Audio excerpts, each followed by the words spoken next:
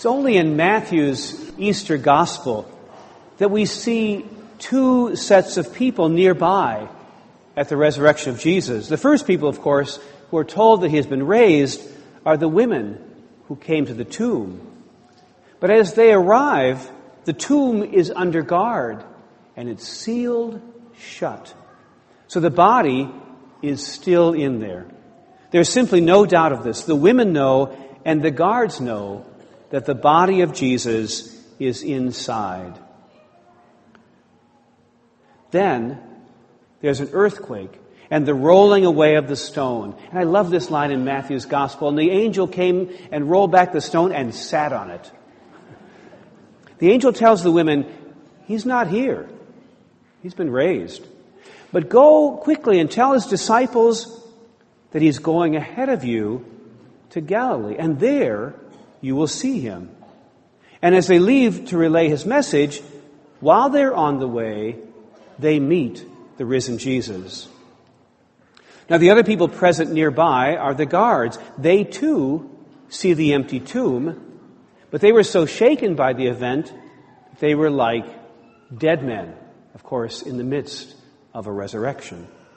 So in Matthew's story, the women meet the risen Lord, but only after they begin to carry out the instructions of the angel. The guards also know that Jesus was risen, but only the women meet Jesus. And the risen Lord gives the women the very same instructions that the angel gave them. Go and tell my brothers to go to Galilee, and there they will see me. The risen Lord is not to be found in a tomb.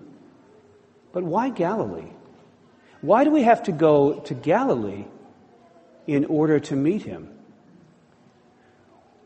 Well, Galilee, of course, is the place where Jesus' ministry began.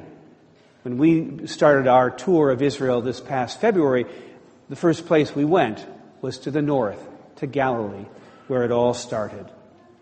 But Galilee is not just a physical geography. It is, first of all, a place in the heart. Galilee is the dream, the road of discipleship that they had once walked with Jesus, and that place and time where their hearts had most burned with hope and enthusiasm. And now, just when they feel that all of this is dead, that their faith is only a fantasy, and they're tempted to walk away, they're told to go back to that place where it all began. Go back to Galilee. He will meet you there. For Mary Magdalene and the contemporaries of Jesus, Galilee is a place inside the Spirit, God's Spirit and our own. In the Gospels, Galilee is the place where, for the most part, the good things happened. It's the place where the disciples first meet Jesus, where they fall in love with him, where they commit themselves to him, and where miracles happen. Galilee is the place where Jesus invites us to walk on water. Galilee is the place where the disciples' souls enlarge and thrive. Pope Francis said that to return to Galilee means to reread everything on the basis of the cross and its victory. To reread everything.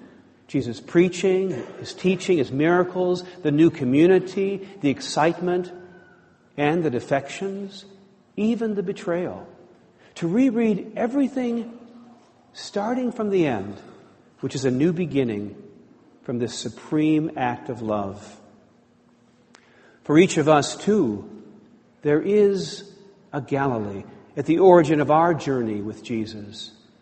To go to Galilee means rediscovering our baptism, drawing new energy from the sources of our faith and our Christian experience.